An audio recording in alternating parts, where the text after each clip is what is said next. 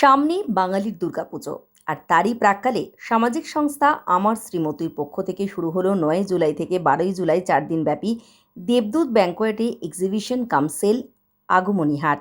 ৯ জুলাই পদ্মশ্রী অভিনেত্রী শিল্পী মমতা শঙ্কর এই এক্সিবিশনের শুভ সূচনা করেন।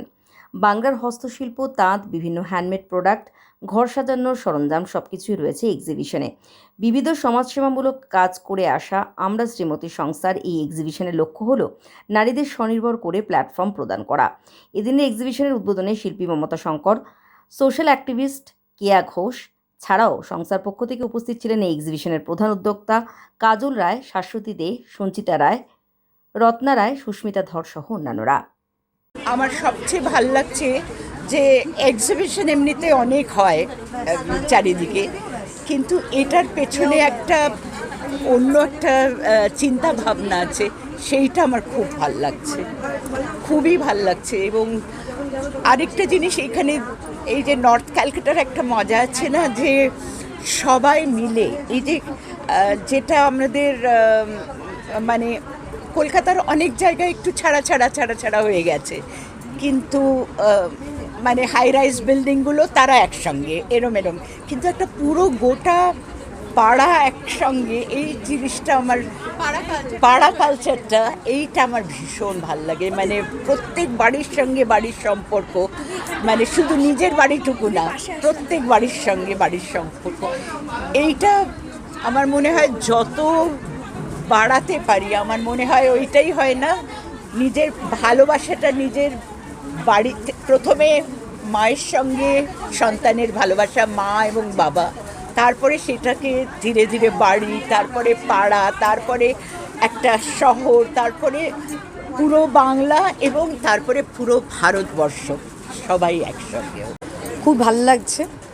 এক তো দুর্গাপুজোর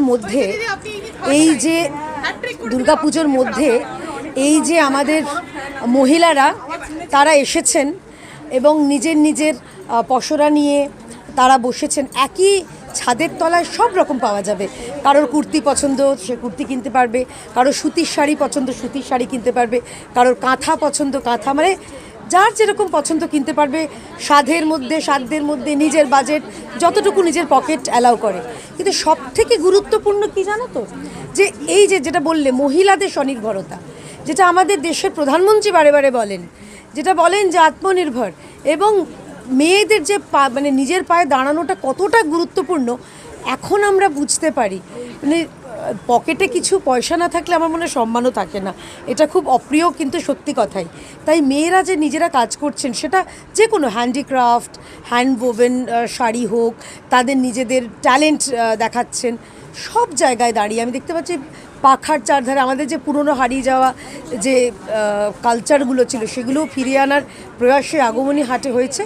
আয়োজকদের ধন্যবাদ জানাই, বিশেষ ধন্যবাদ জানাই কাজলদিকে, তানিয়াদিকে, তনিমাদিকে, যে তারা কিন্তু উদ্যোগ নিয়ে এই পুরো ব্যবস্থাটা সংগঠিত করেছেন। আর সবার ওপরে আমি ধন্যবাদ জানাই আমাদের সমস্ত মেয়েদের, যারা এই সুন্দর সেজে গুজে আগামী 3 দিন এই এক্সিবিশনটাকে সাফল্যমণ্ডিত করবেন। মমতাদি এসছেন, মানে কী বলবো, মানে বলার আনন্দের ভাষা নেই। মানে এখনকার যুগে এরকম মানুষ তো হয় না, মানে যাকে বলে ওল্ড ইজ গোল্ড। না, আমরা ধন্য যে ওনার পদধূলি আমাদের এখানে পড়েছে, আমাদের ক্লাবে, আমাদের এই অনুষ্ঠানে পড়েছে, তার জন্য আমরা ভীষণভাবে খুশি।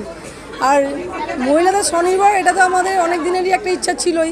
অ্যাকচুয়ালি আমাদের যখন, মানে আমার আর কি বিশেষ করে, বা আমরা শ্রীমতীর সবাইকার মানে ছেলেমেয়েরা আস্তে আস্তে বড়ো হচ্ছে, আমার ছেলেও বড়ো হয়ে গেছে, এবার আমরা এখন ঝাড়া হাত পা, সেই হিসেবে আমরা একটা সবাই মিলে এটা আয়োজন করি। আর এই যে এই অনুষ্ঠানের যে মানে অর্থ, সেটা আমরা মানে কি বলবো, মানে সমাজে দুস্থ মানুষদের সেবায় আমরা দান করি আর কি। দান বলা উচিত নয়, সেবায় আমরা কাজে লাগাই, মানুষের সেবায় আমরা কাজে লাগাই, দুস্থ মানুষদের সেবায়, দুস্থ মানুষদের পাশে থাকা হয়। মানে ধরুন দুস্থ মানুষদের হেলথ ক্যাম্প হয়, ব্লাড ডোনেশন হবে, এই ধরুন নারী দিবস, তারপর মাতৃ দিবস, বিভিন্ন অনুষ্ঠানে বিভিন্ন রকমভাবে আমাদের অনুষ্ঠান হয়। দুস্থ মানুষ, তারপর যারা হ্যান্ডিক্যাপড বাচ্চা, তাদের জন্য কিছু না কিছু অনুষ্ঠান প্রত্যেক বছরই আমরা করি। এরকম আমাদের চলতেই থাকে, সারা বছর কিছু না কিছু চলতেই থাকে।